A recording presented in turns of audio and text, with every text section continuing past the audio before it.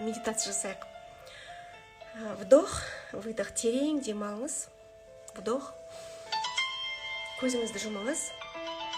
Көзіңіздің алдында 5 есік тұр. 5 лифттің есігі. Біріншісінің жоғары жағында батырлық, смелость деген есік жазылып тұр. Екінші есікте тәуекел, риск. Үшінші есікте тәртіп, дисциплина. Ал төртінші есікте жомарттық, щедрость. Бесінші есікте қарым-қатынас, адамдармен келісу. Осы 5 есік сіздің өмірлік жетістікке жету есіктеріңіз. Әр есікті айқара ашып кіріп, қуана қабылдай алсаңыз, бұл сіздің жетістік деңгейіңіз. Әр есіктің шетінде кішкентай бір шкала тұр, градусник секілді. 0-ден 100-ге дейін. Бірінші батырлық, смелості қараңыз да, өзіңізге баға қойыңыз. 0-ден 100-ге дейін өзіңізді бағалаңыз.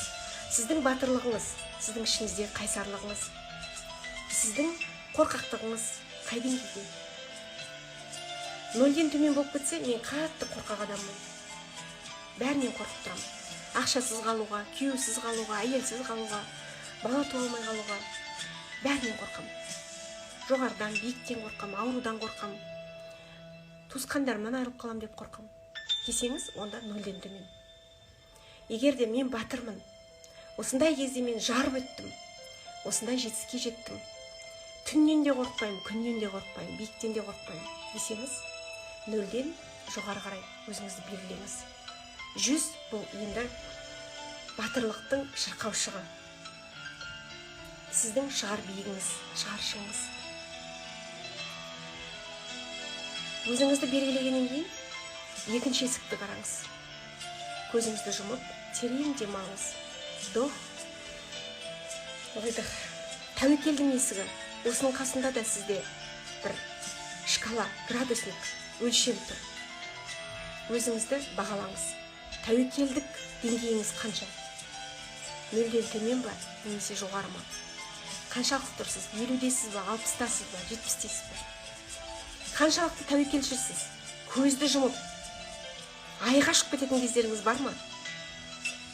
Дәл қазір сізге парашюттан секіресің десе, тәуекел етер ме едіңіз? Дәл қазір жұмыс орныңды ауыстыр десе, тәуекел етер ме едіңіз? Дәл қазір кәсіпті ашып кет десе, тәуекел жасар ма едіңіз? Үшінші есік тәртіп, дисциплинаның есігі. Бұл қаншалықты сізде? Қаншалықты өзіңізді белгілі бір тәртіппен жүрем? Өмірімдегі көп жағдайлар жүйелі түрде тәртіпке негізделген. Момышұлы тәртіпке бағынған құл болмайды деген. Сонда біз өміріміздің бір тәртіпсіз дүниелерімен құл болып кеткен екенбіз. Ақшаның құлы, адамның құлы, кәсіптің құлы, дүниенің құлы, баланың құлы, басқаның құлы. Сондықтан осы тәртіп бізге өте маңызды. Келесі жомарттық. Жомарттық есігі. Бұл өлшем сізде қаншалықты деңгейде тұр? Қаншалықты өзіңізді жомартпын деп ойлайсыз? Қаншалықты өзіңізден аямайсыз? Көңілді, ақшаны, өмірді. Қаншалықты өмірді шалқып сүре аласыз? Сіздің жомарттық деңгейіңіз қанша? Әр есіктің жанына үлкен қылып тұрып, көзіңізбен жазып кетіңіз. 50, 60, 100, 0. Келесі есік адамдармен келісу, қарым-қатынас есігі. Қаншалықты өзіңізді көркем мінезді, адамдармен ара-қатынасыңыз өте тамаша адам деп санайсыз. Дәл осы есіктің алдына жазып кетіңіз, өзіңіздің шкалаңызды. Егер де күйеуіммен, баламмен өте төмен қарым-қатынастамын, әйеліммен, анаммен, ары қарай көршіге, досқа, туысқа, әлемге бармай-ақ қойыңыз. Тура қасыңыздағы, близкий люди, таныс, туыс адамдар. Қаншалықты деңгейде қарым-қатынасыңыз? Ал енді терең демалыңыз.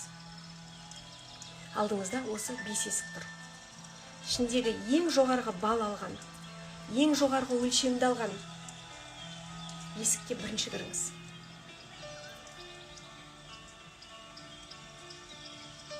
Лифт секілді есік ашылды, есіктің ішіне кірдіңіз. Қай есікте тұрсыз? Бұл жердегі сіздің мінез, қасиет қаншалықты сізге көмектесті? Дәл қазір лифттағы секілді көтерілу арқылы сіз өзіңіз қойған өлшемнен жоғары қарай вдох, әрбір көтерілу арқылы өзіңізге көмектесіңіз. Бұл менде бар еді ғой бұл қасиет. Қай кезде жоғалтып алдым? Қай кезде мен дәл осы қасиетімнің жақсылығын көрдім, пайдасын көрдім? Сізге көмек берген тұстарын есіңізге алып, жоғары көтеріңіз.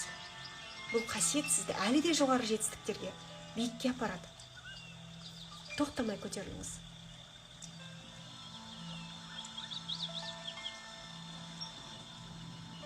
Жүзге дейін апарыңыз.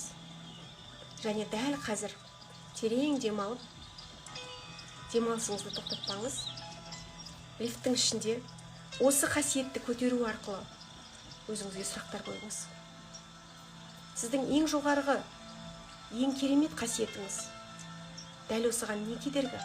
Одан да жоғарылатуға, одан да мықты болуға, одан да көбейтуге.